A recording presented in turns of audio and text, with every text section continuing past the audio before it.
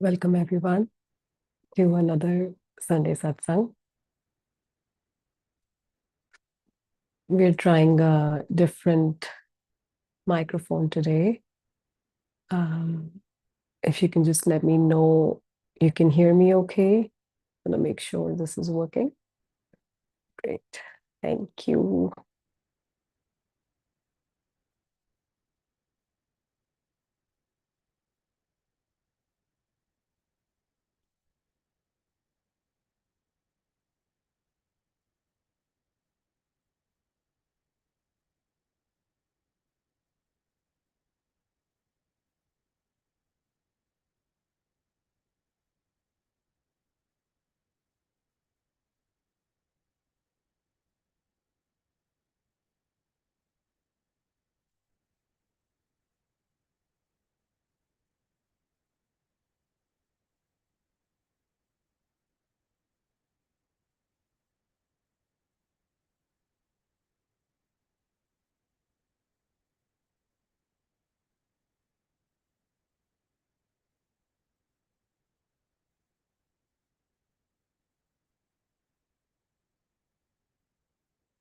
One of the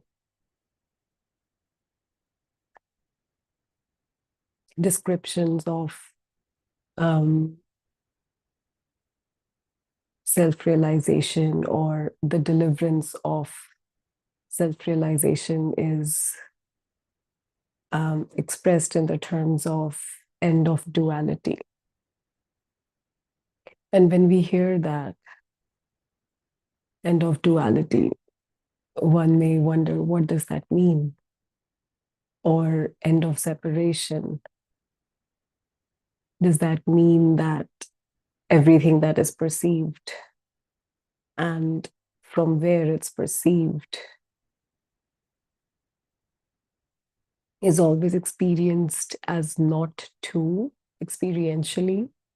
And there's never a sense of separation between me and, let's say, this table or the computer screen. So, in a way, taking those words literally, we run with the idea that until that oneness peak experiential happening, that the awakening experience that may have happened, or maybe we are striving towards it as the end goal of the very search. We run with the idea that that needs to be permanent, that needs to be the fabric of life consciously. And if that is not the case, it hasn't happened.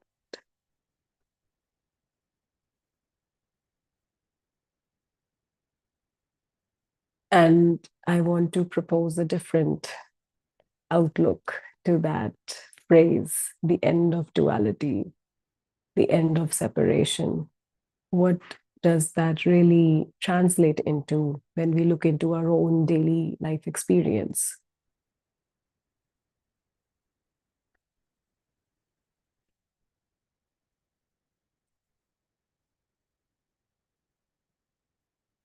So there are two ways to look at duality, and they both are duality. Uh, the first is this spectrum of manifestation, me and you, me and the other, uh, masculine, feminine, hot, cold, light, dark, good, evil, peace, suffering. So, this whole spectrum of the opposites that is the very basis of this plane of existence that we are experiencing, that we call life.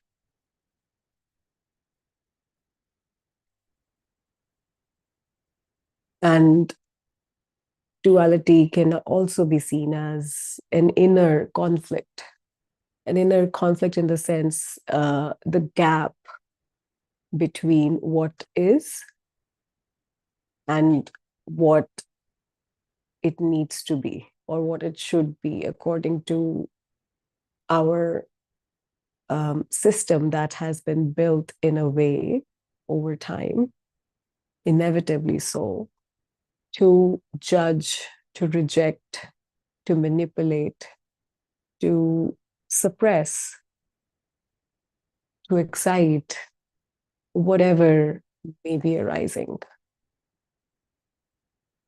So the gap between what is arising and how it needs to be different from what is arising,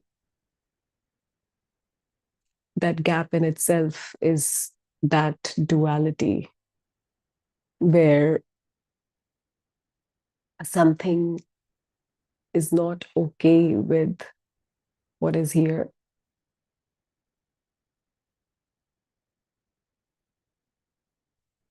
And rather than focus being on that narrative, which is not okay with what is here, somehow it is that narrative in itself is designed to be focused outwardly to the arising, as if what is arising is the problem. If it weren't arising this way, it would be okay. And we innocently, ignorantly don't get to see until it is seen that in that very narrative that says that what is arising, this relationship, this job, this conversation, this lack of conversation, whatever that what is arising seems to be, the very narrative itself that is not okay with that arising and really believes that the arising needs to change for this uncomfortableness, this sense of not okay to leave, the arising needs to shift. Little do we realize that it is the very narrative itself that is the um, quote unquote problem. If the attention were to land on the very narrative itself, if we were to just let the arising be and somehow turn back into the narrative itself, that, oh, yesterday I felt this way about that relationship, and today I'm feeling the same way about some other relationship. So maybe it's not the relationship that's the problem. Maybe it's this attitude, this interpretation that so strongly believes that that's the problem, actually is the problem. And the gap between being able to see that narrative, that deep rooted sense of something needs to change for me to be okay, is the very root of duality. Duality in the sense that what is arising is just what is, and something else needs to happen attitudinally. And that's where the opposite is created. If there were no involvement, if there were no insistence on whatever is arising to be this way or that way, or not this way or not that way, it's just what is, which could either be pleasurable or painful, depending on the destined flow of life.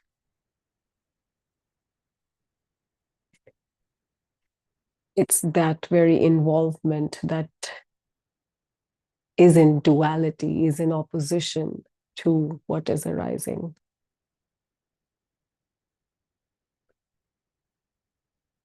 So, end of duality, end of separation, could really translate into that inner commentary that goes on each moment tirelessly. And it even goes without noticing that something like that is going on. That inner commentary about what is going on, how it should go on, how it shouldn't go on, what I should have done, what I shouldn't have done, why did they do that? Why did they not say anything? This whole bunch, endless bunch of commentary about the past, about what is going on in this moment, and then about it also creates an imaginary future where it very, very convincingly fits its narratives. What if this happens? What if that doesn't happen? They did this way uh, in the past. I'm sure they're going to do that tomorrow. And we find that this commentary, this rehearsal is going on incessantly within the system. And that is what becomes life for us because we're living through that narrative or those narratives. They're like very intricately designed um, to show as one, show as me, show as what's going on. But if really the attention is put upon that commentary, one may realize that it's baseless. Who's to say what happened and why it happened and how it should have happened? Who's to say?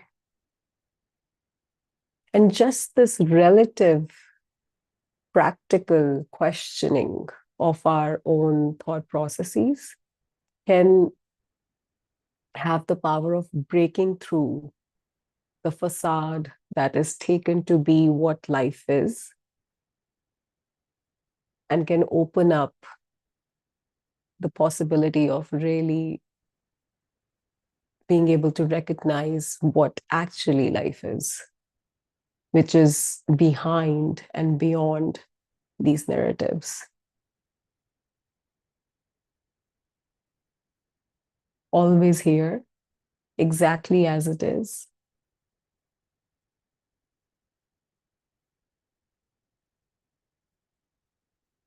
Without a two, without the other.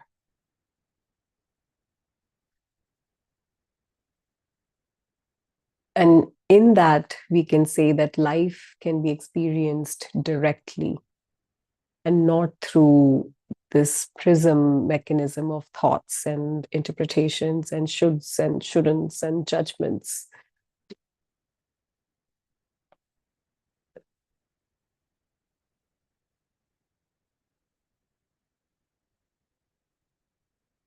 Experiencing life directly, if and when that happens, can also be labeled as end of duality, end of separation. There is no arising and someone judging that arising. That someone and the judging is the one mechanism. And that mechanism doesn't need to rise anymore, as it is seen to be a facade over and over and over again. Not as a belief. So listening to these words, they may resonate and something may feel at home listening to these words that yes, it's all an illusion. These words ring true somewhere in the heart. And yet, in our own system, we need to take these concepts and really see for ourselves and not take anybody's word for it. What does it mean that it's a facade? Is it possible to confirm that right now in our own experience?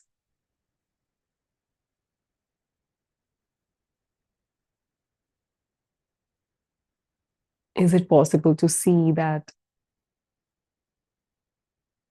the story that has been created in the head, even right now, while listening to these words, there might be some commentary going on. Oh, what is she talking about? Or wow, she makes so much sense, or whatever it may be. Is it possible to see that within ourselves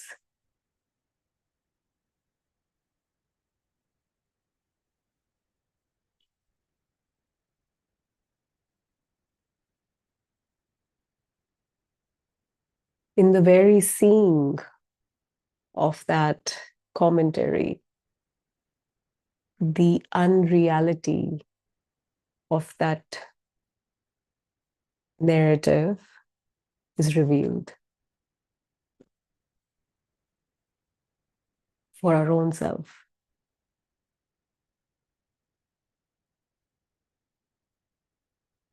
So the when they say end of duality, end of separation, that could, and that basically means that this agent of separation, that narrative, that commentary that is believed to be what I am, can fall away. It's possible, it's available in this moment right now.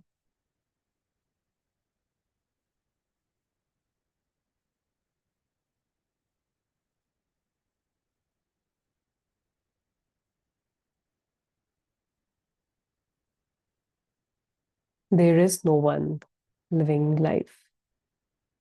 There is no one for whom life is kind or life is cruel. Life is just one way, unfathomable, complex flux of movement, impersonal. It's not about me or you or anything that we feel so passionate about.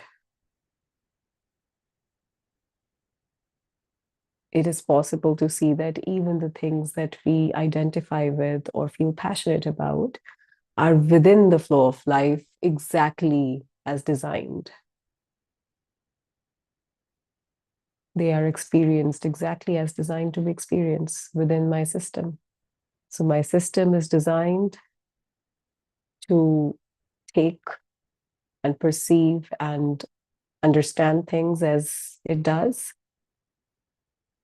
And all the events that seemingly are going on for me or in my experience in daily living are exactly designed to be as they are.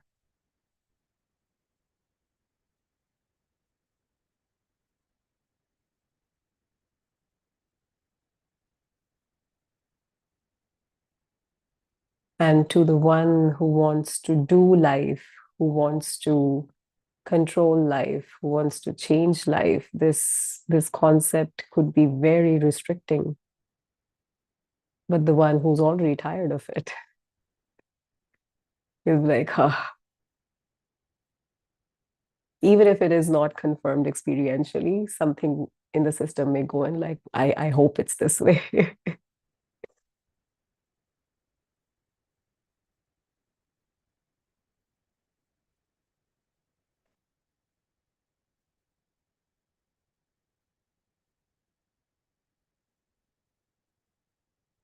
Life just is. It's not good or bad. It's not um,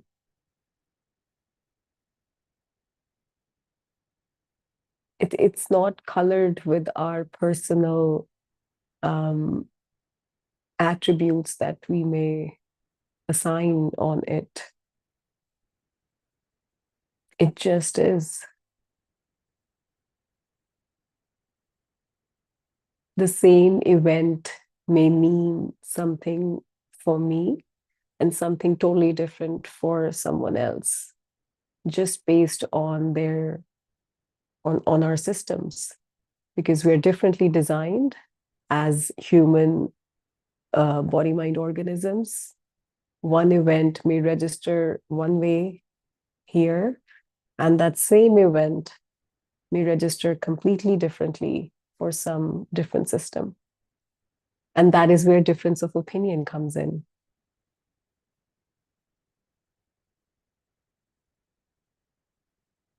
I may go out with a friend to watch a movie. We may watch the same movie, and I may love that movie, and my friend may dislike that movie to bits, and then we may end up fighting. It's like, how did you not like it? What was there not to like? And my friend can say the opposite. It's like, what was there to like?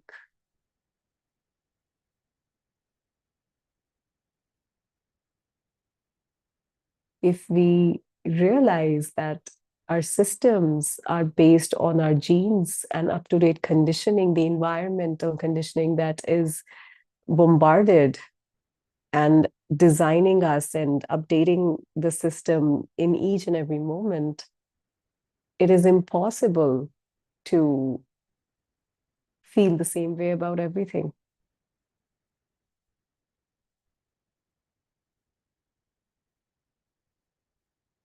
And when that is registered in the system somehow, it makes no sense to have a conflict with someone.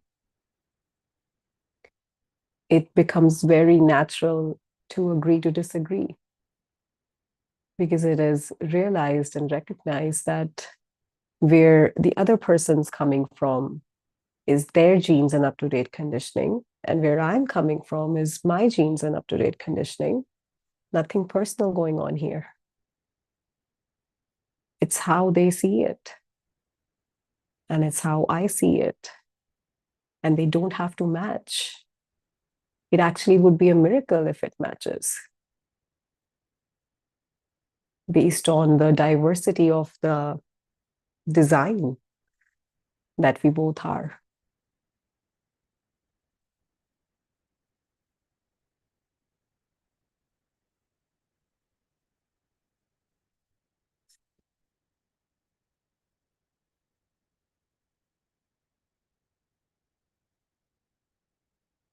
And that can also be called the end of duality, the end of conflict, the end of separation in daily living. This is the most practical interpretation of end of separation.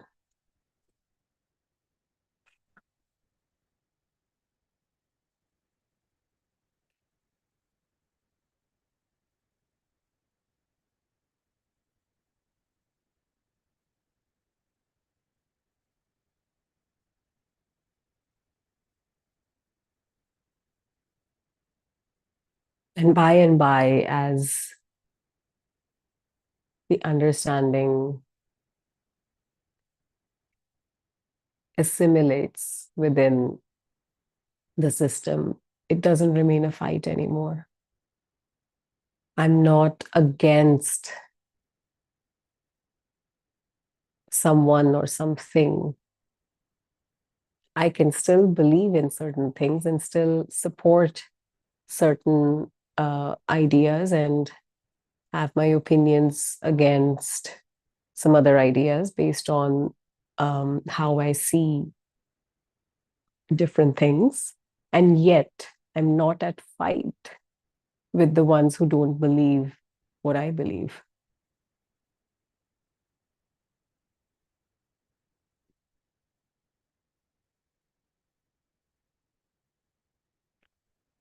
I can very naturally put across my point without really judging the other if they don't agree with it, if they don't buy it, or if they totally reject it, even. It is understandable that, yeah, that can happen.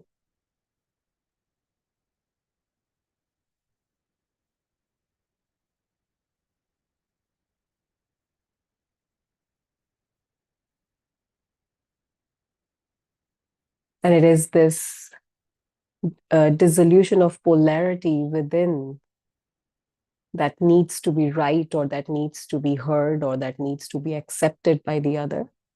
That that dissolution of polarity within is the dissolution of duality within. Now, I don't need you to be a certain way for me to be okay. I am okay. I am inherently, I am. And you may agree with what I say or not. That doesn't make you my enemy or my friend, depending on what stance you take.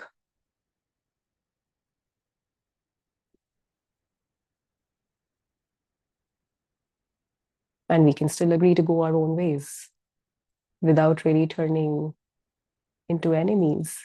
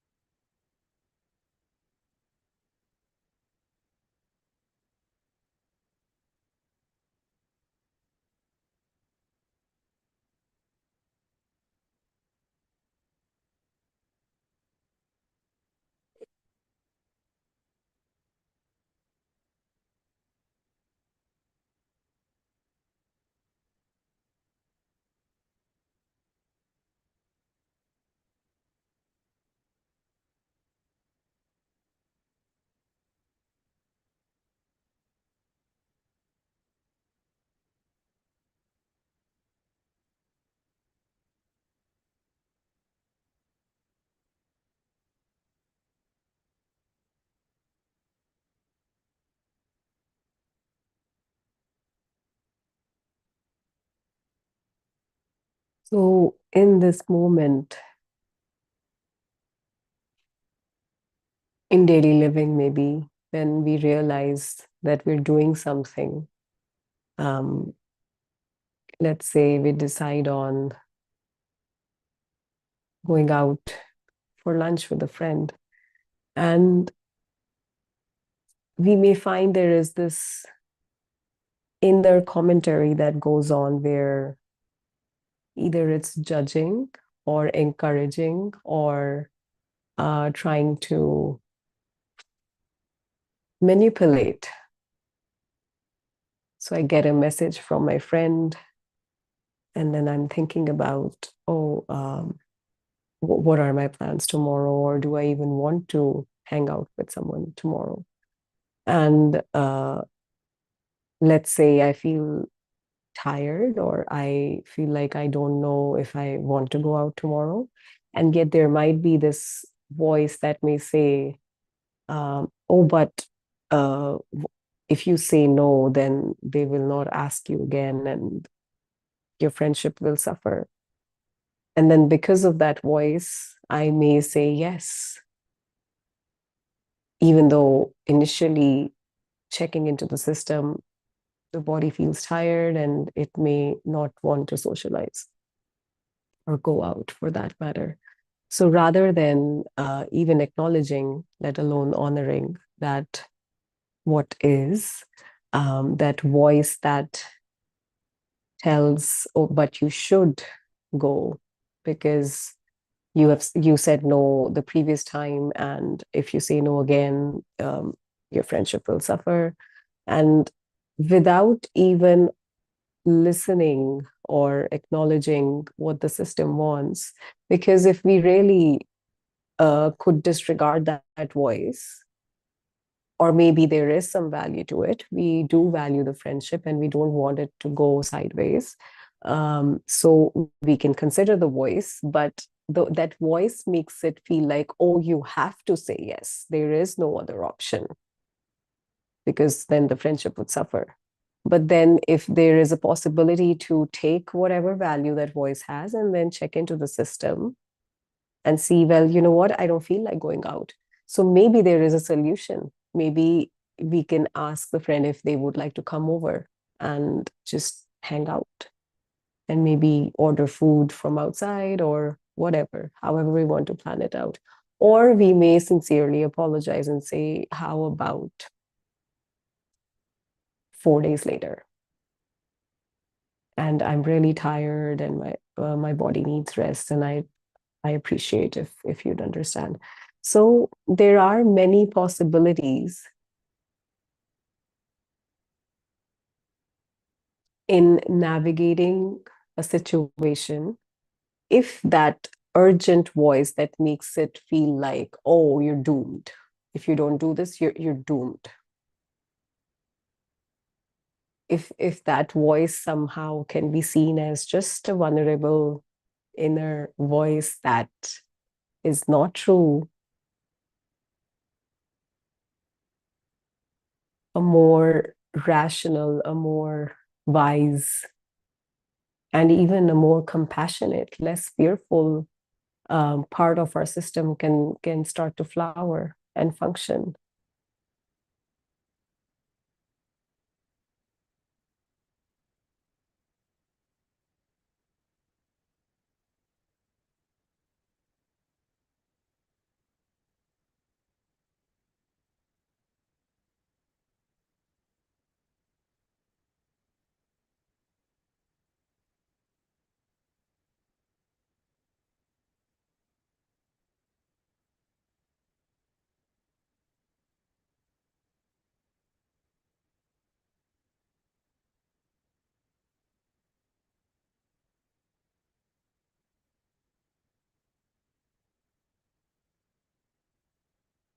And what's the point of all this? Well, less conflict within ourselves. It's like training a muscle to stop acting from a place of fear and lack. It's like, oh no, what if I say no and they don't like me anymore and they don't want to do anything with me anymore?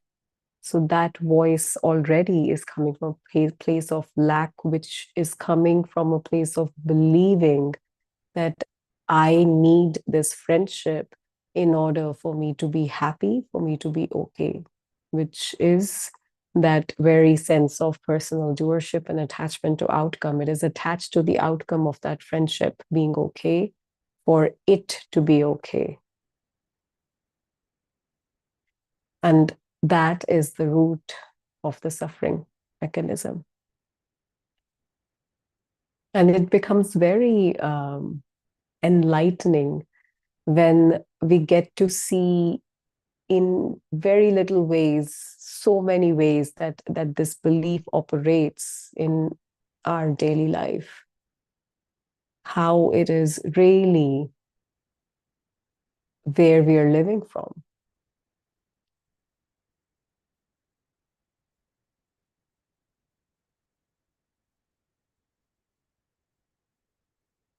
And as we get to see that, it just becomes very interesting to see that, wow, like I didn't know it was operating there too, and there too, and there too. And awareness is enough. Just being able to see that is already all the help that's needed for it to shapeshift in a way.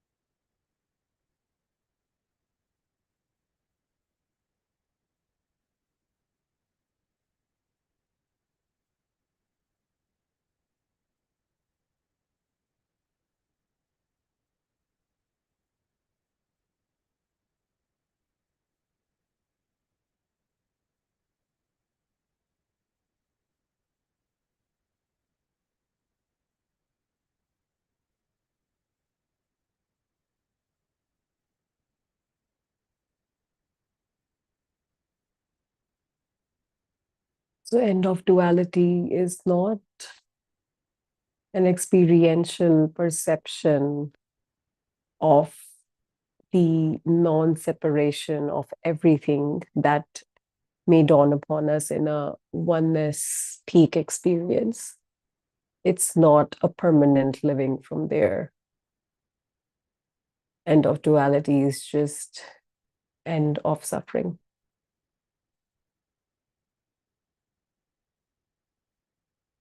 End of suffering in daily living. As Gurleen, as this human being.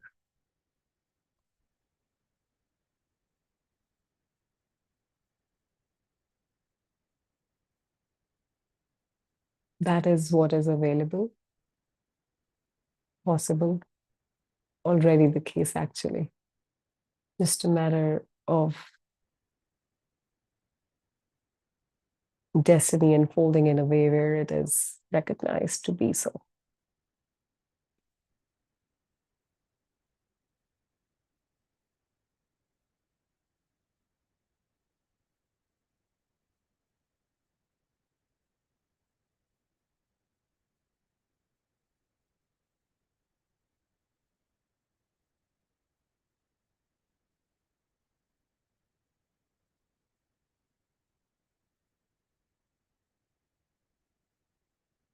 Let's open up the space if there are any comments or questions.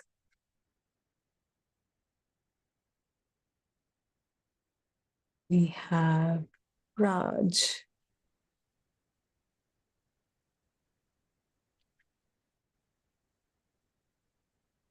Hello. Hello, Raj. How are you? Fine, and you? Good, good. Thank you. So I always wonder about the war in Ukraine. So if everything is God, non-duality, so God is taking the form of Putin as President President Donald Trump and all these Russian soldiers killing the European soldiers. And also what is happening in South Korea, Kim Jong-un. So it is it is difficult to, to imagine that God is taking all these forms, killing itself, suffering.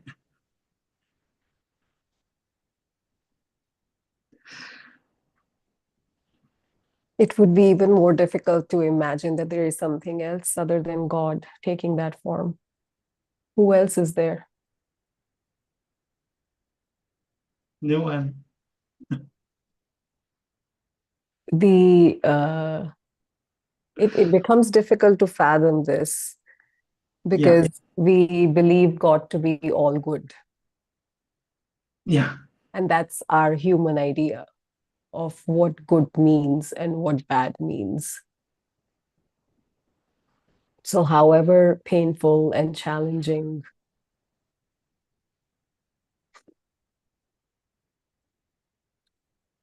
it it is, all there is God, according to this framework. So you said it already. Every form that is playing a part in everything that is going on is already God.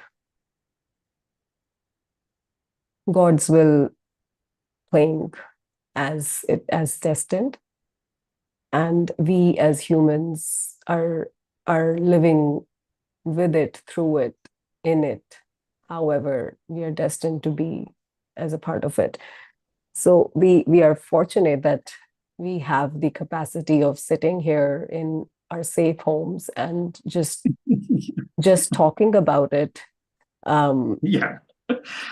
We are not even touched by any of that, and just being grateful for that is it becomes unfathomably grateful, and from there we a compassion can arise for our fellow humans who are touched by these circumstances. and are facing the challenges that they are. So all of this is God doesn't mean that we stop feeling for it, and doesn't mean that, oh, we can just now shrug our shoulders and say, oh, it's God's will, whatever. Um, there can even be more compassion that may arise out of that recognition, and and we may look for ways to see how we can be of help, if any. The least we can do is pray. uh, it just sitting here, it is possible to just send or feel the compassion and the love that we feel for our fellow humans right from here, and that is the prayer that can be made in each moment. Really, there are so many circles and organizations in the world that come together to meditate for those humans, and that is a form of help that may provide that power in the collective consciousness to be able to go through this in the way that we can, or we may, more gracefully and more within surrender.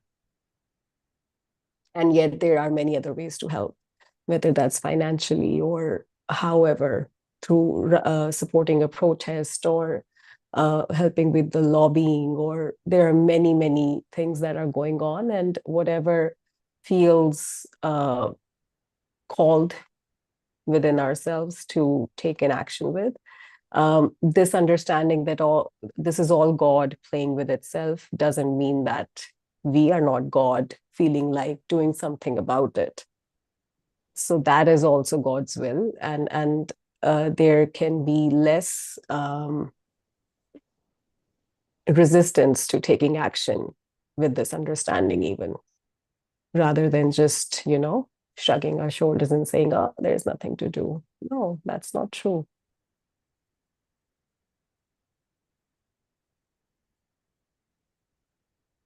My second question is, what is the difference between mind and thought? Thought, I know that it exists, but mind, is mind just a factory of thoughts? Or is it, I don't, for me, the mind doesn't exist, only the thoughts exist. And the factory of thought, they call it mind. So what is your view Yeah, on that's this that's a good word? question. Yes. Uh, I'm sure if you go through the scriptures and Hindu scriptures, they'll have a very definite um, definitions of all these labels. But according to how I understand it, and maybe according to this framework, mind is within which all of this is playing in experience. So, in a way, you can say consciousness in movement is mind.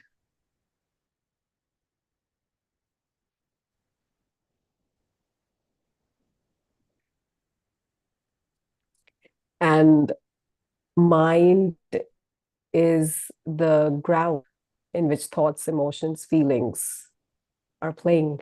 And that's why sometimes we can say that this is one big mind. Within mind, the manifestation is playing. So mind is not thought. Thought is,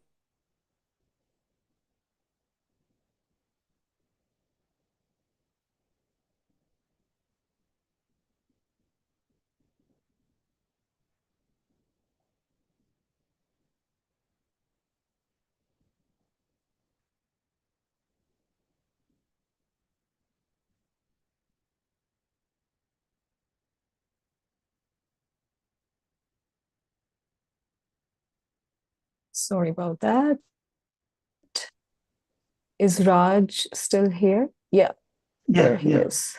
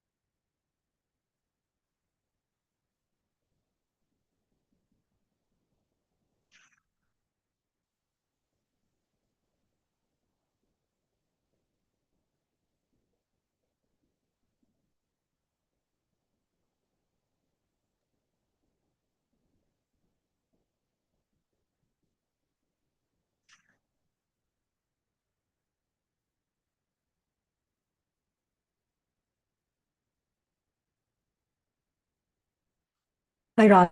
Can you hear me? Yeah, yeah, I hear you. Yeah.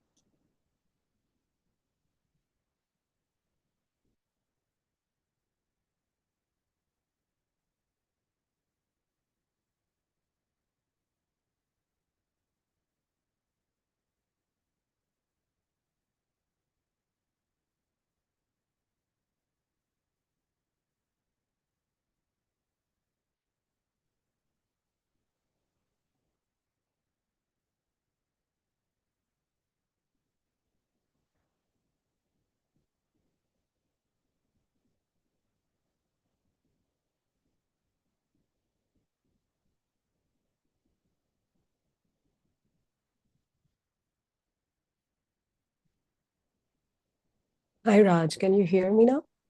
Yeah, yeah, yeah, I hear you now. Sorry about that.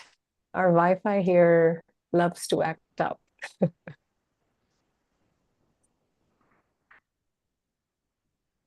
So, we were talking about difference between mind and thought. So, difference between mind and thought would be like the difference between,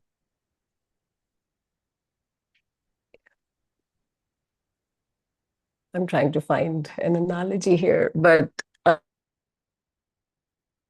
cloud and sky as, as the cloud being the thought and sky being the awareness of the thought. But actually, that analogy can very much fit into uh,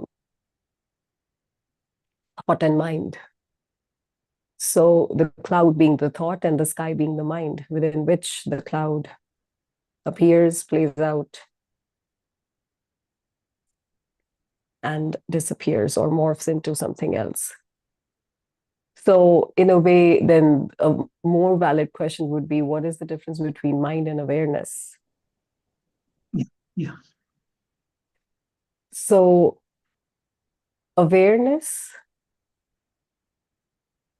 and a sense of beingness. So, awareness being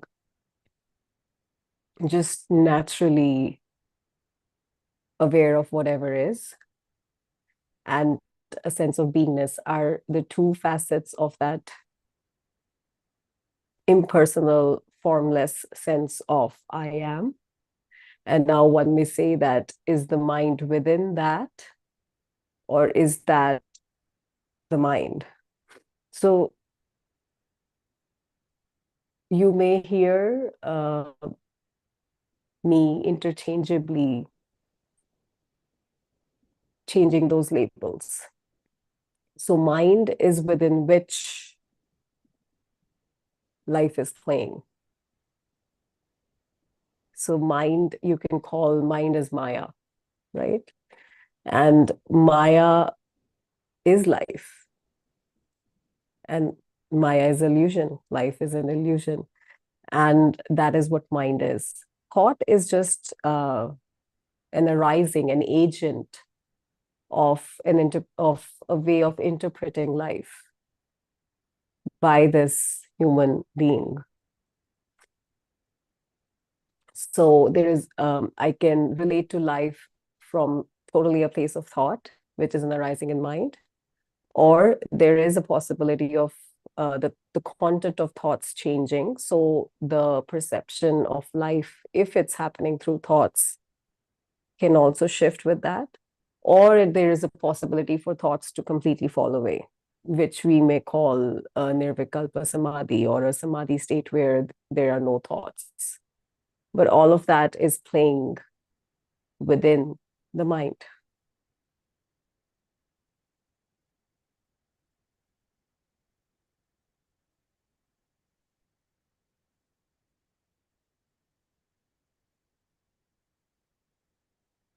okay, thank you.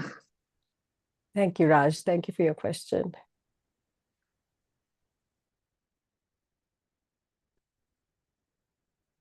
We have Shiv.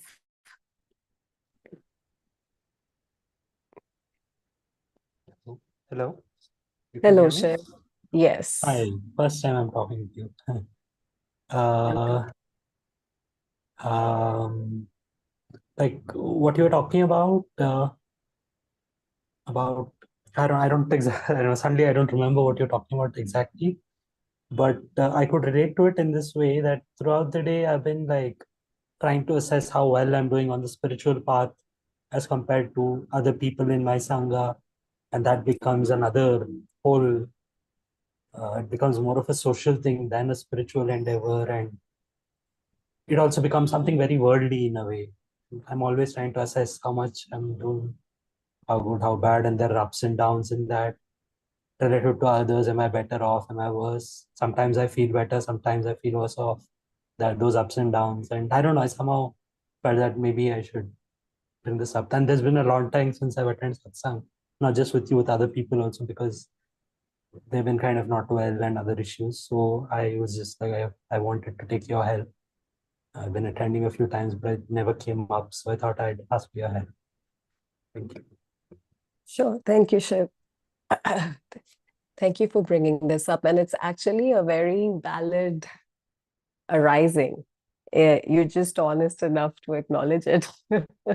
But we all somehow fall into the trap of the spiritual growth facade, not realizing that the spiritual growth actually is the very falling away of the idea of growth and failure.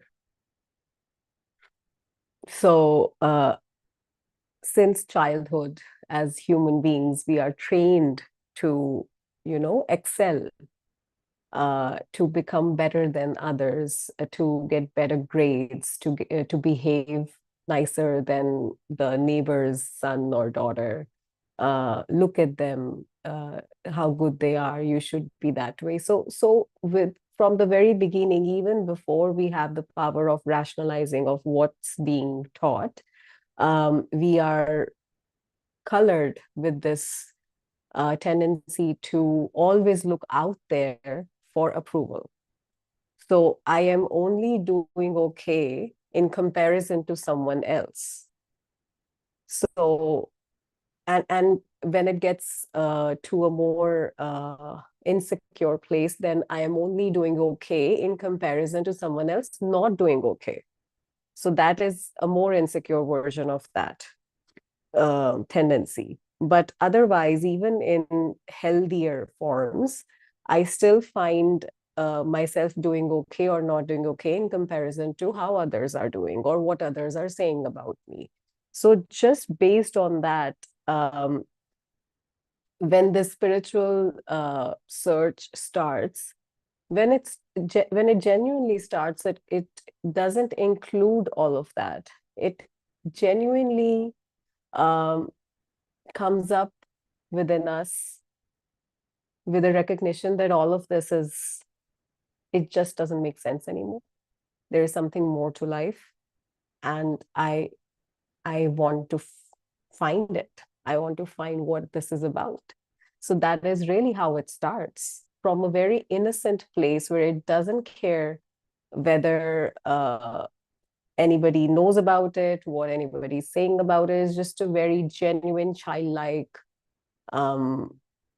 endeavor that it starts as. But what happens then over time is all those tendencies get mixed in the search, and inevitably so. And it's actually good that they do, because only then can we become aware of those tendencies, and hopefully they open up and transform into um, either they dissolve if they're not useful anymore, or they transform into something useful. So this tendency to compare ourselves with others, whether it's about spiritual growth or whether it's about how good of a parent I am, how good of a sibling I am. So all those things we subtly rate ourselves on based on others' opinions and others' way of doing it. And one of the signs of spiritual growth would be that comparison to at least be seen as unhealthy in the beginning. Not that we can change it, or not that we need to fix it or not feel that way.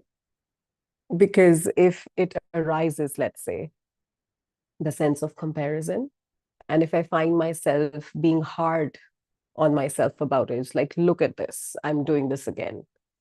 When am I ever going to learn? That is more suffering on top of the comparison.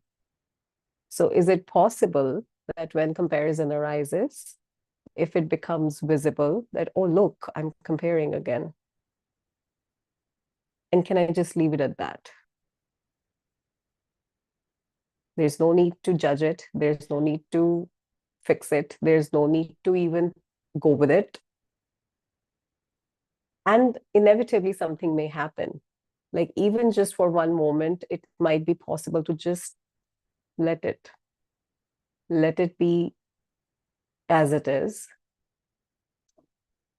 And then the next moment, I may find myself, judging myself again. It's like, look at that, I'm comparing again.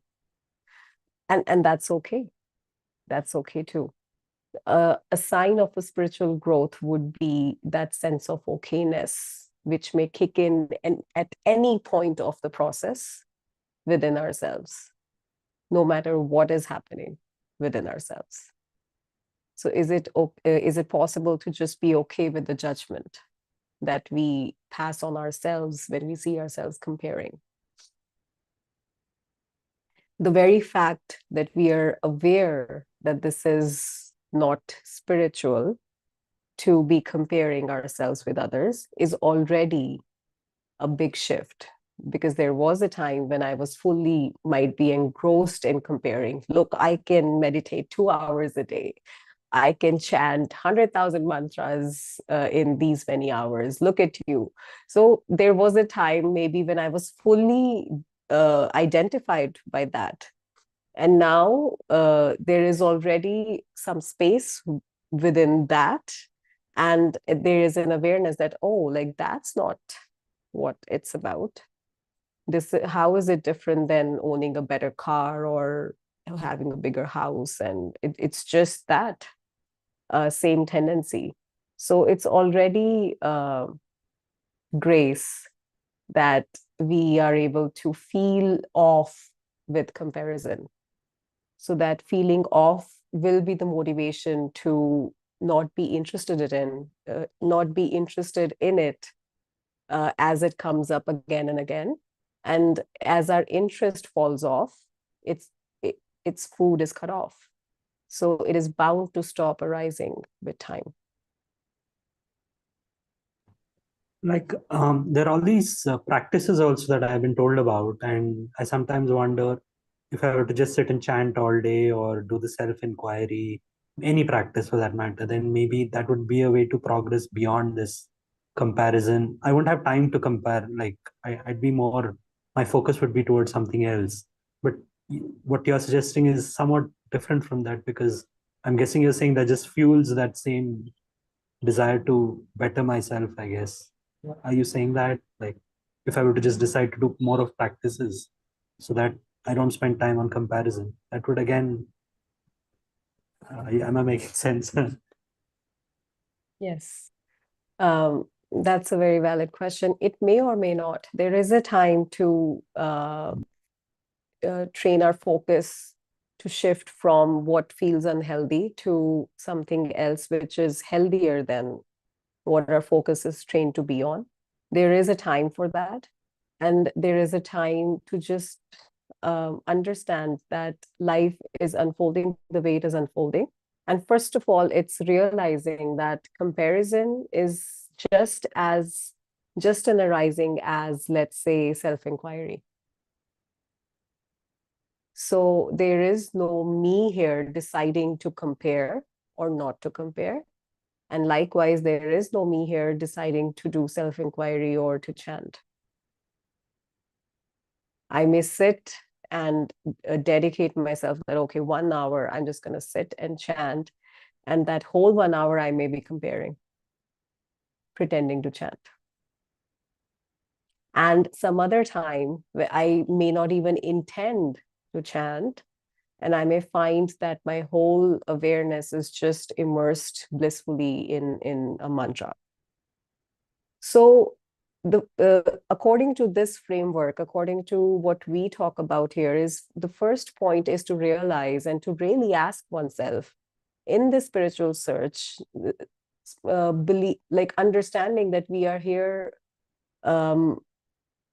trying to understand what life is as it is, but really asking this question personally to ourselves: what is it that I'm really looking for from this so-called spiritual search?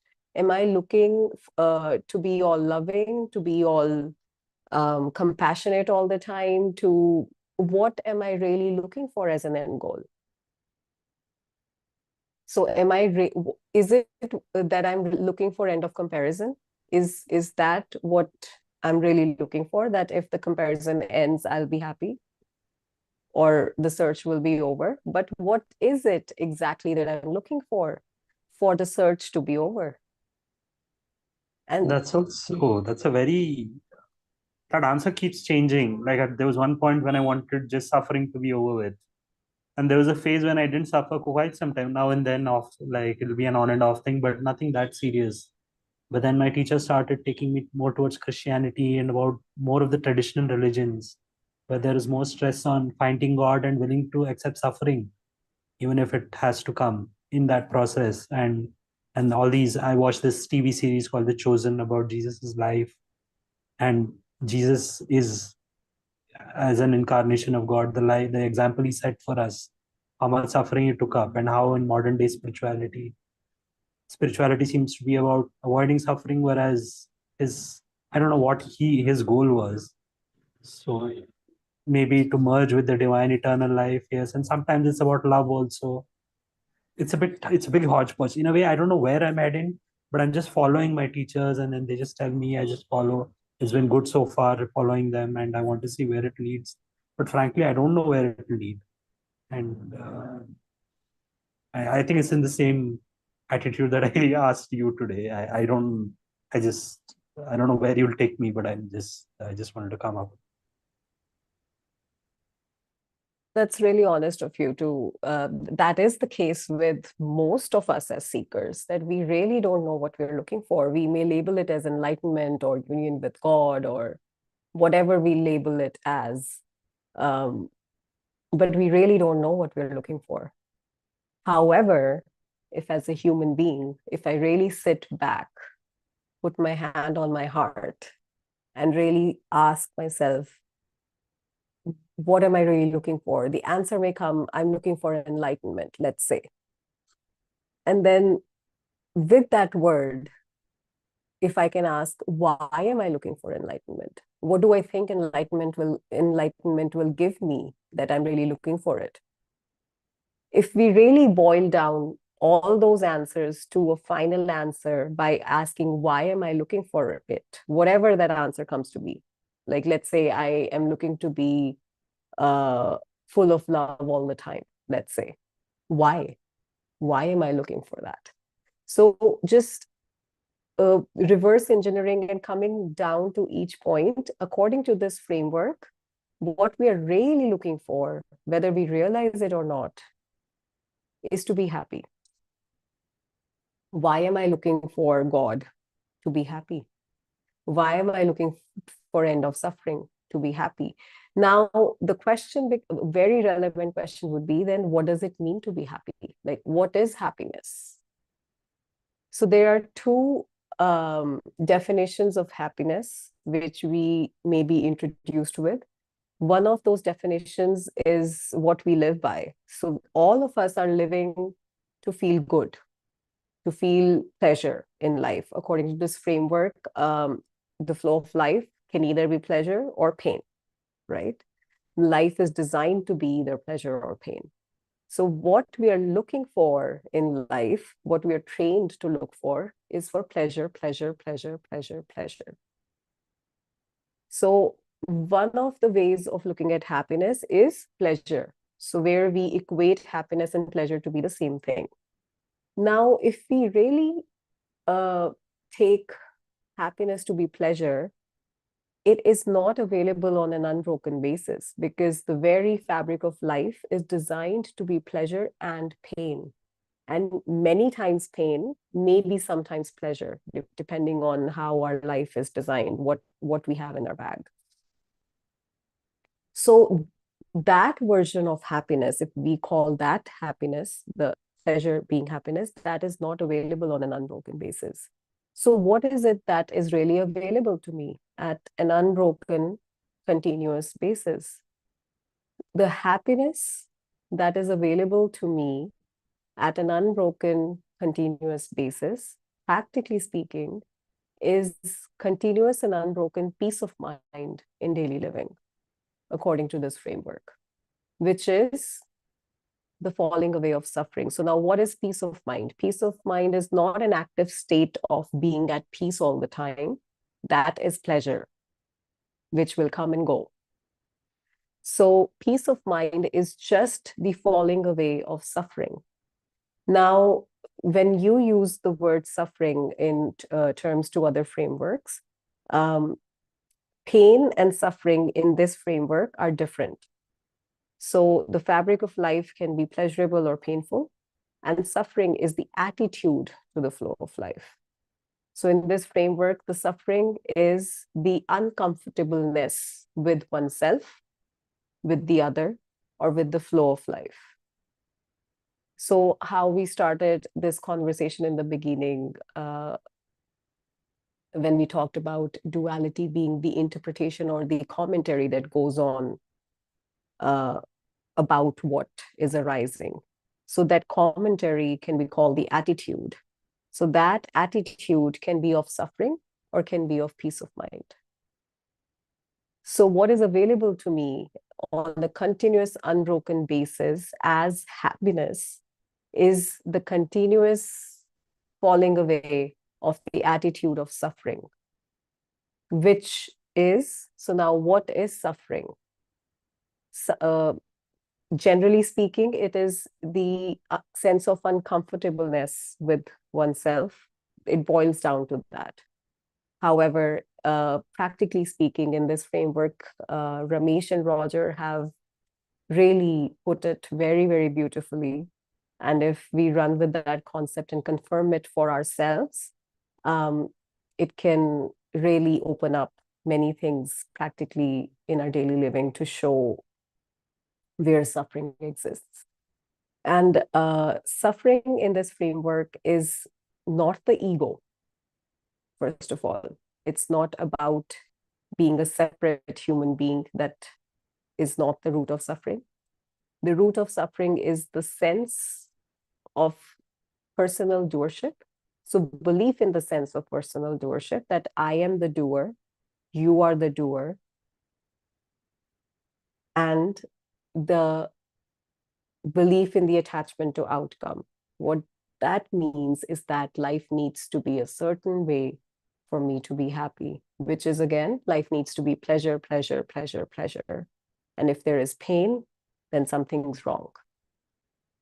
So it's the attitude of personal doership and attachment to outcome, which is the very source of suffering, the cause of suffering. And as that attitude falls away, and yes, this attitude can fall away by new understanding and new concepts. So these concepts that we're talking about right now can open up the existing attitude of suffering and can help for that concept, for that belief to fall away. And what prevails is peace of mind. So not the presence of something, but the absence of suffering. So that absence of suffering is really what we are looking for, whether we realize it or not.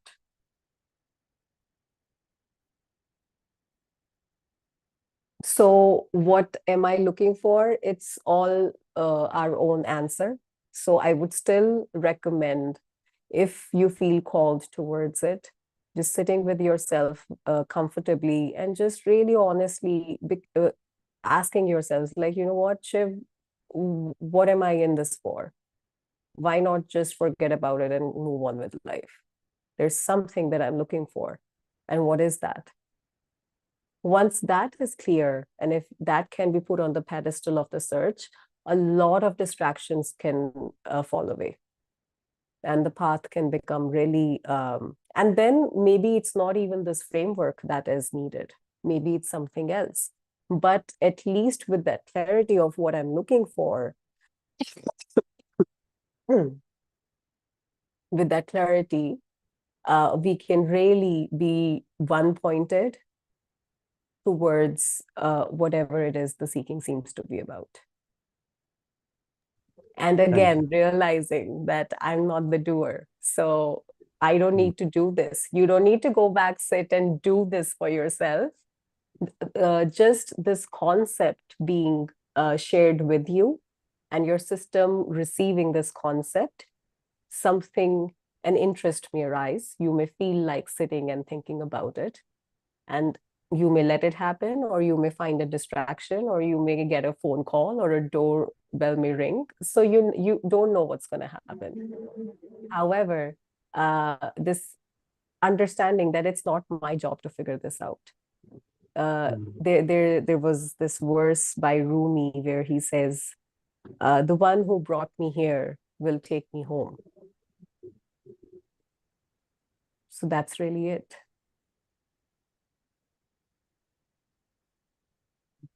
So the one who is giving rise to these questions, the answers are already on the way.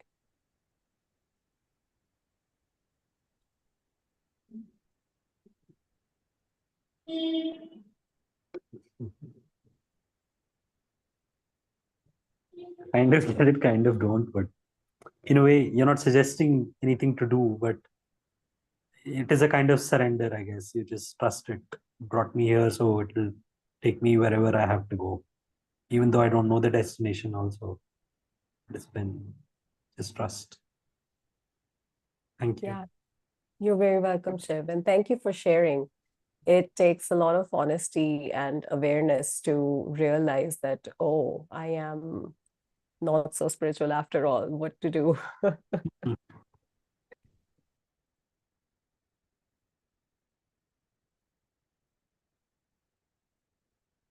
Ranko.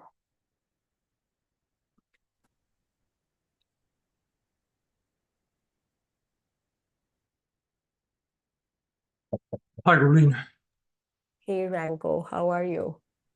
I'm nice. And I'm glad that your voice is much better today. Oh, thank you. I have not talked a lot for the past week, so this feedback helps that my voice is better because I can't hear it too much. Much, much better, yeah. Thank you. Yeah. So, end of duality. I think Ramesh was phrased it like end of dualism. Yeah. Which means the end of that attitude which sees duality as an opposition, as a conflict in a way. So we can then see what is the other attitude that we can use. So how these different dualities are connected, interconnected. And we can see maybe that attitude is like they are complementary. They're complementing each other. So in a way, how that can be beneficial and useful. Then I can see like myself, how like lots of different characteristics. Some are virtues, some are not virtues, some are very ridiculous in a way. And I can see myself even as very ridiculous in some regards. But even with that, my personality somehow fits in the whole scheme of things. Anyway, I'm fitting. It's not really important what my characteristics really are and how they are. I'm fitting, and that is very important to really see it. And also one of the duality, like which I think is very important to understand, is this duality of inside and outside. What is inside and what is outside? So what is the truth here? If we see that outside is the truth, that attitude we could call materialism. And if we see that truth is inside, we can call that attitude spiritualism or something like that. But they are not actually divided. It is just one thing, actually.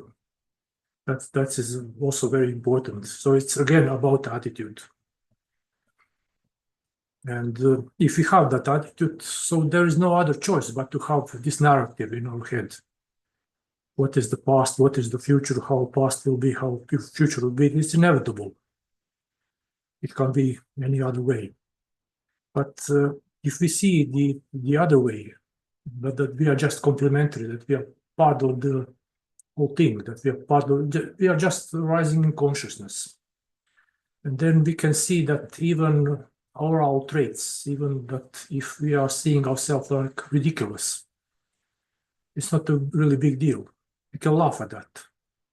I can laugh to myself. I see that I'm ridiculous and I can laugh. Why not? Yes. And that is possible. That is possible, definitely. I'm sign for that. That is the freedom. That is the freedom. When I can really not take myself personally and can, if somebody makes fun of me and I can be like, oh yeah, I agree, and laugh with them. What freedom. When we don't have to defend ourselves anymore. Yes. Yes, all valid points, Renko. Thank you for adding them.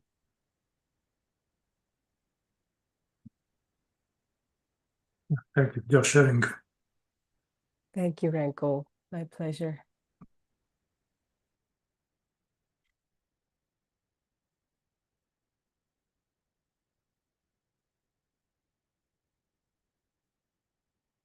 The duality of inside and outside. Yeah.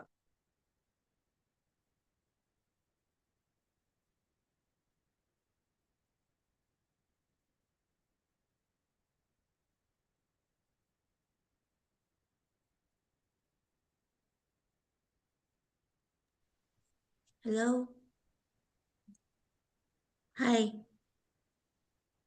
Oh, hi. Hi, Colleen. Oh, actually, I came across your YouTube channel last night and I watched some of your videos and then was very impressed by the most by the video, the title, there is no a doer.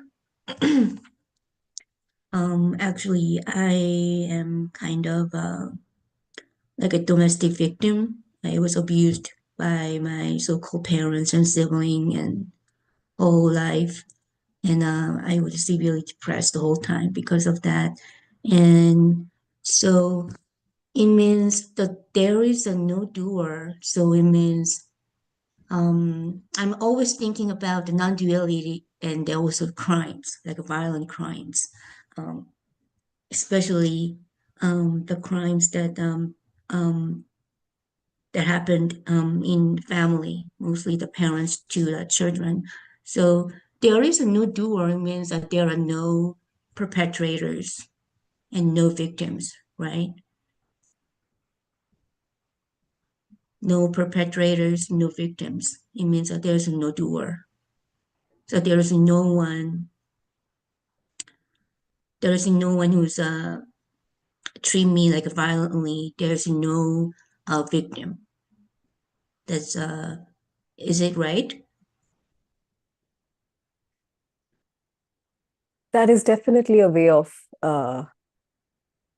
interpreting the concept. Mm-hmm. However, when it is said that there is no doer, that basically means that there is no individual doer doing life.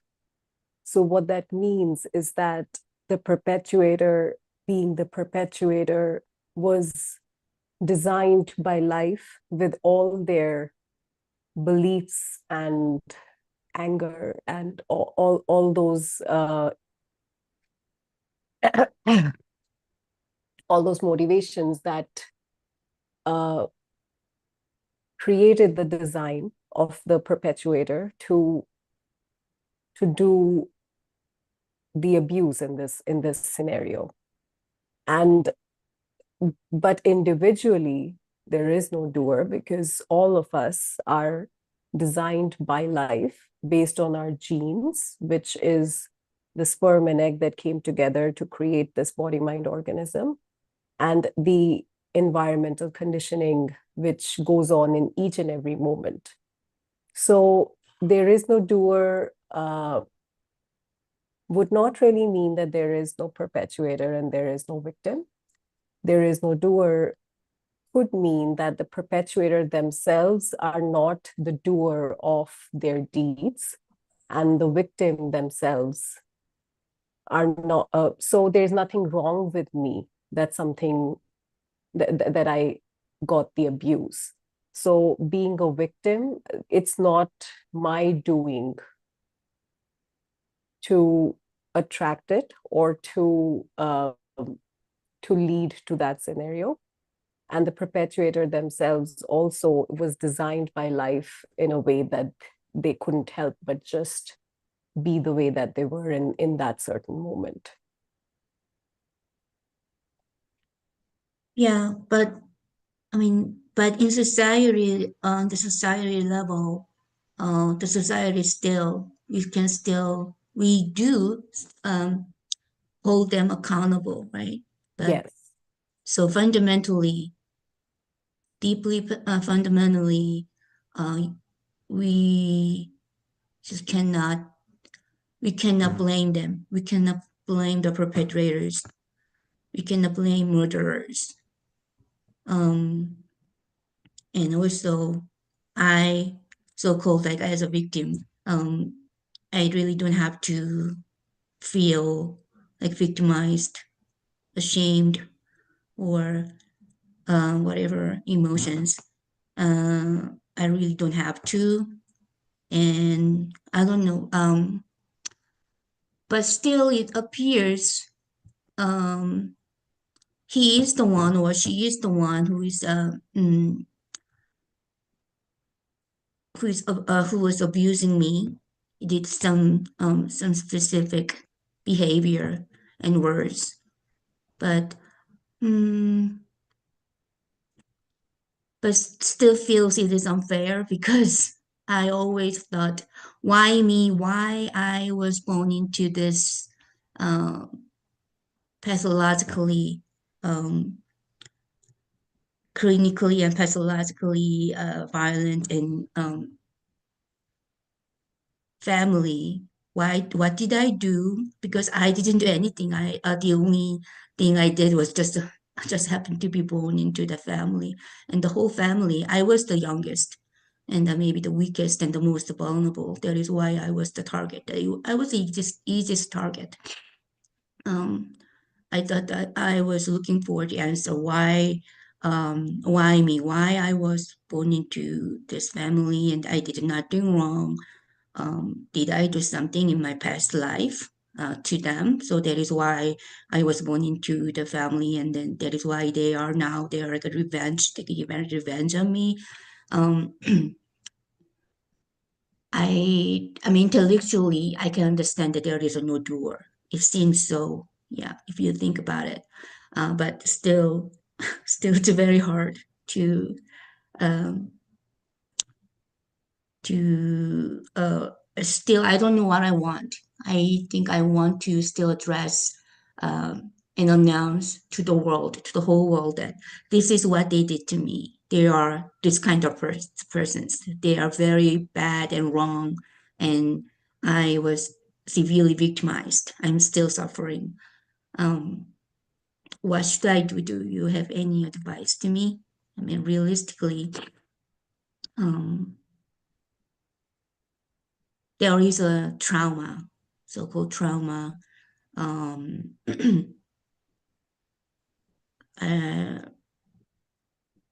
it's very hard to overcome. And I don't know how I should live from now on, and with the the knowledge or with the intuition that there is a no doer. Should I just watch my life, or should I just watch what I am doing at every moment? Like, oh, this person is doing this, or that person is doing this, just watching. And it feels like a very passive. I really do not know with that there is a no doer. Can I still live a productive life, or can I make any decision and then try to do something new? It feels like you just go with the flow and then just experience and just watching what this person is doing at the moment. Maybe I'm a little confused. So thank you. Thank you for um, opening up so vulnerably with all of us. And yes, these concepts, when taken in a certain way, can definitely flower in the way that you're sharing, where it feels like then there's nothing to do, and um, there is no doer is taken in or could be taken in as an implication of that. Well, then there is really the thing that I am blaming someone for is invalid now. But that's not really the intention behind these concepts. So these concepts are designed to deliver or to facilitate peace of mind in daily living. So first of all, we really have to take these concepts lightly, knowing the fact that all these concepts are here to do is to facilitate peace of mind in daily living. And yes, considering the situation that you shared with a deep-rooted trauma that is still in the system, so these concepts can help me as a trauma survivor, and someone who's still very much living with the happening of that trauma. These concepts can really help me see that this trauma within me, which I could or couldn't overcome in this moment, is not my doing. So whether I'm able to rise above that trauma or whether I feel like a victim to that trauma is not my doing, is a happening as per the flow of life.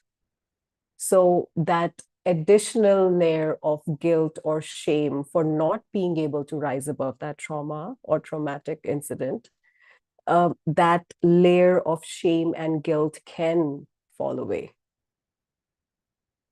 which would be additional suffering on top of the suffering that is already here. So life is a happening, is not a goody-goody, go with the flow concept. That concept, when taken in, can really help us with our own arisings, which can be blissful in one moment and very challenging at the other moment. And especially when they're challenging, it helps us to see it's impersonally arising, not my doings. So I am not in control of whether they arise and how intensely they arise and how long they arise for. So being free of that doership with our own suffering arisings that arise with time, whether as a memory or whether as a, my sister may feel like, oh, I need to do something about this. So those arisings are valid in the moment, but being able to see that it's a happening and not my doing. I'm not choosing to feel this way. This feeling is arising based on what happened in the past. And it is very possible to feel less as a doer of how I'm feeling. So then it's not my job to fix how I'm feeling. There can be a surrender to what is being felt. And as that happens, we may find that what we are feeling, when it's not fueled by our involvement of, oh, I should feel this way, or I shouldn't feel this way, or I better change what I'm feeling. So all of that involvement, when has fallen away, the feeling itself can show itself in its own design and can morph into something different than what it has been showing itself as.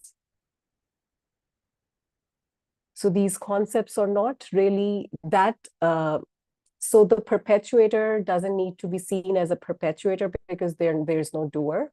That may come as a byproduct of the understanding, but that's not the goal here in the situation. There is no doer means that whatever I'm feeling in this moment is not my doing.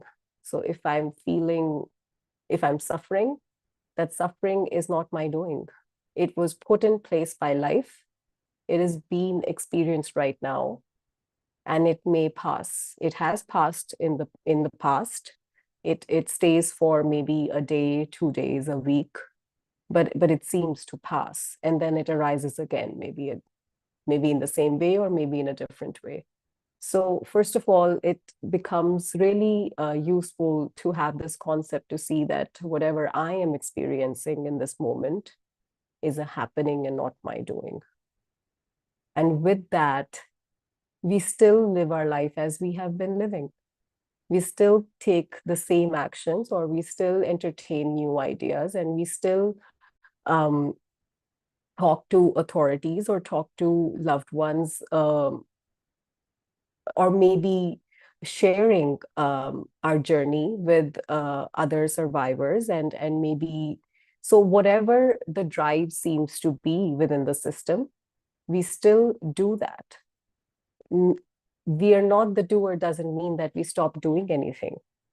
We're not the doer just means that we are a product of our genes and up-to-date conditioning in each moment, in every moment, and how that design acts is one way, not my way, but just one way.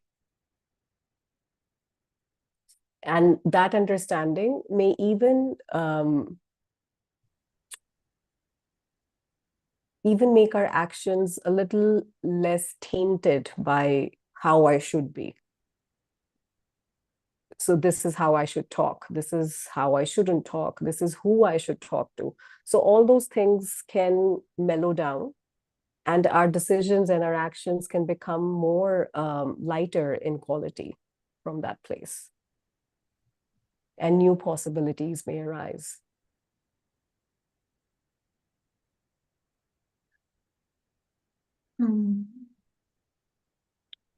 Then, when you say the system, it means like my system, like Yes. a mentally, physically conditioned system, right? That's correct. The human body mind organism. This human body organ. Yes. I think for this body, the system is very negatively built. So every day, every moment, the whole life, constantly so-called negative and self-destructive thoughts and feelings, and also behaviors. It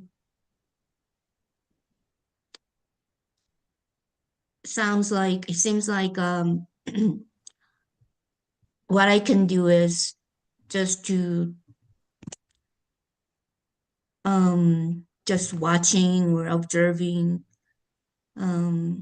If I can, the feelings, thoughts, and behaviors, what this body's doing, or just doing, feeling, and thinking whatever comes unconsciously.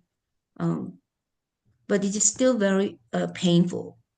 So I tried, but also maybe, of course, I failed to reduce or to improve my parents, my system, my parents, the negative and the self-destructive and harmful so-called thought and feelings and behaviors.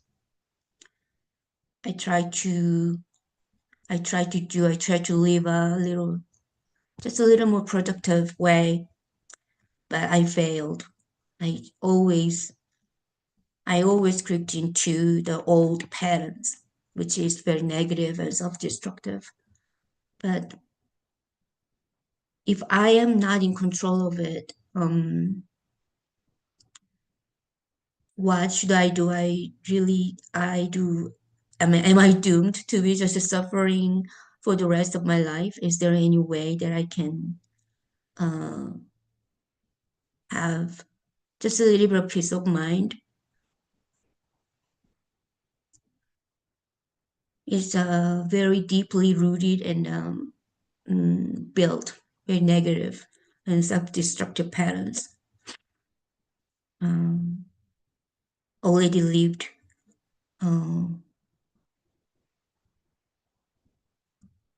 40, more than 40 years of my life. Maybe I have a very slim chance to change just even a little bit of the patterns. But thinking of it, it feels like what is the point? I know there's no point in life. There's no door. We are like a puppet, being played by life. That's what I'm feeling. But still, is too much of a curse, as an individual, to have to live a life. If I do not get to die, I have to live. There's still living means suffering to me.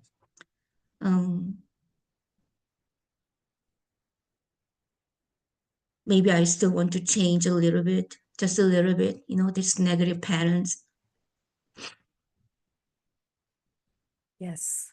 The only way is just watching and observing, then it is gonna deserve a little bit. That is one way. Have you ever tried somatic work or body work when it comes to trauma healing or trauma awareness? There are No, I many. never heard of somatic. So there are many modalities that work with the body rather than awareness, because when it comes to such deep-rooted trauma, it is basically trapped in the body in the form of unprocessed emotions.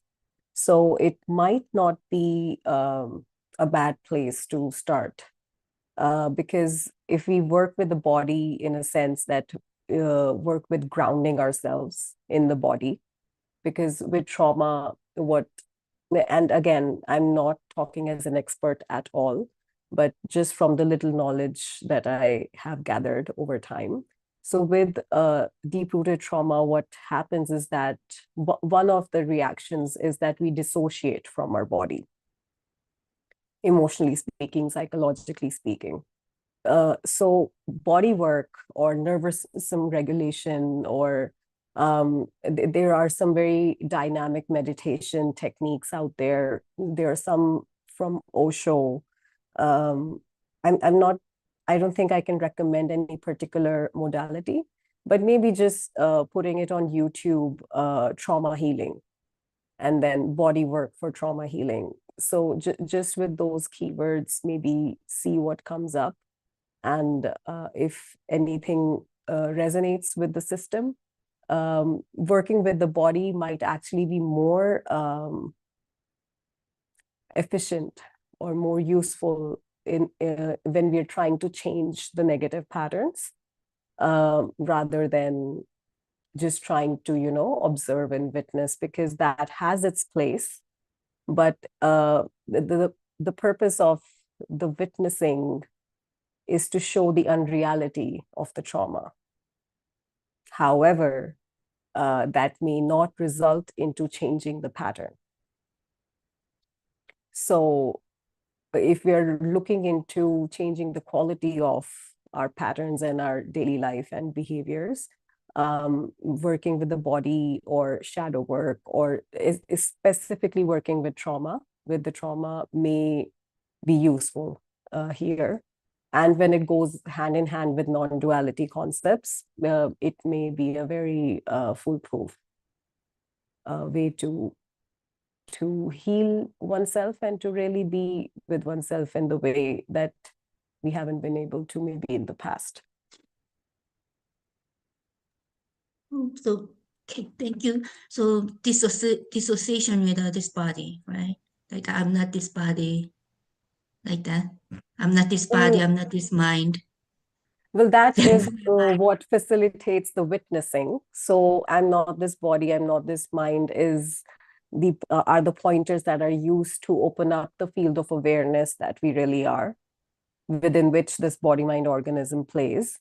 However, dissociation, when I use this word right now, is basically psychologically speaking. So when there is a trauma in the system, and if it is unconsciously, our system creates a split. So we dissociate ourselves from the trauma itself to not feel the pain of it.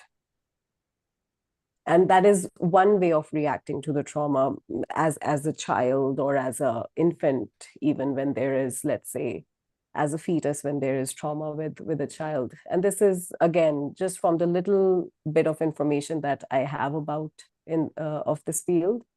But yes, just maybe search trauma healing or body work for trauma healing and see what comes up. There are many providers and modalities out there that might be more effective than observing and witnessing in this moment, because there is a place to see that this is unreal. But if it is creating the sting that it does, and it does because it has happened and the system remembers it and holds it to be that painful that it was, it might be useful to work with it from that place of it feeling so painful and real, rather than trying to convince ourselves that, oh, this is unreal. Because that could also be bypassing, where we are trying to ignore what's here, which is the very painful trauma that is being held in the system. I had a very difficult time how I process, how I digest this experience, and also how can I think of the so-called like my perpetrators, like my family, both of my parents and sibling too. And many times I used to think that they could not have done differently. Yeah, there's no way that they could not have done differently. They didn't know better. They didn't know better. They could not have done differently.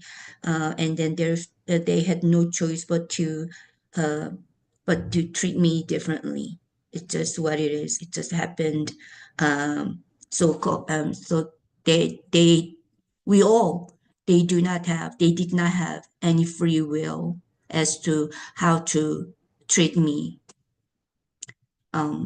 Is it right? Is it right that am I doing? Is it right?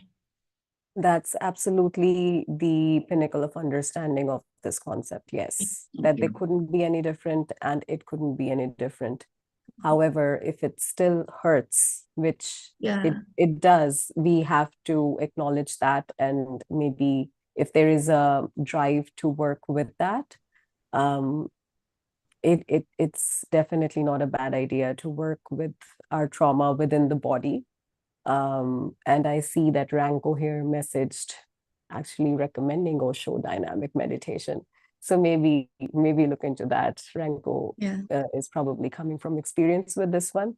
So yeah, there is a place of conceptually reconciling what has happened. And then there is a place to physically embody what has happened and process the pain that is here, which may still be lingering on.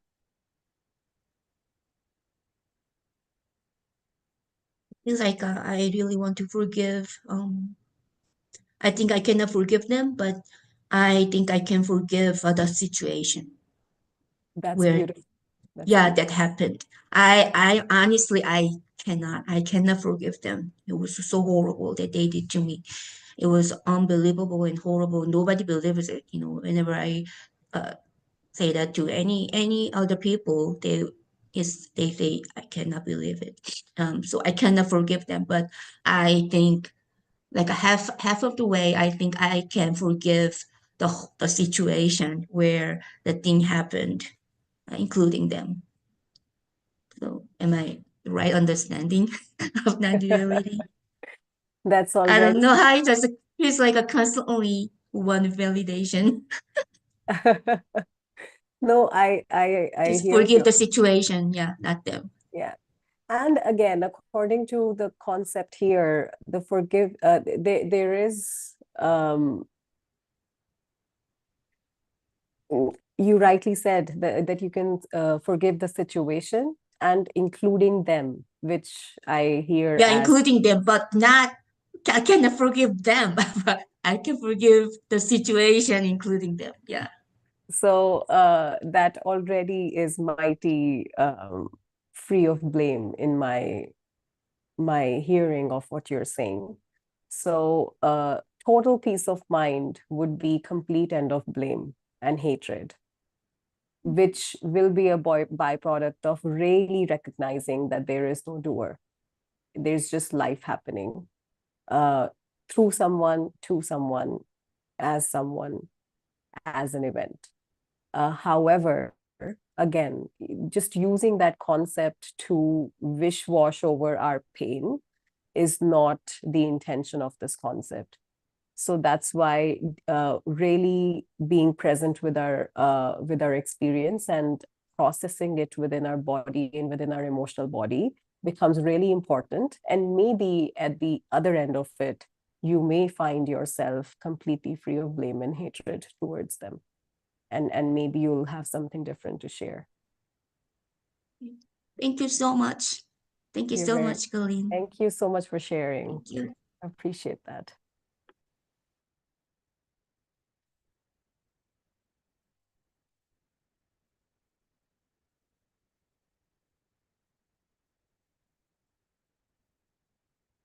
Thank you so much for joining, everyone.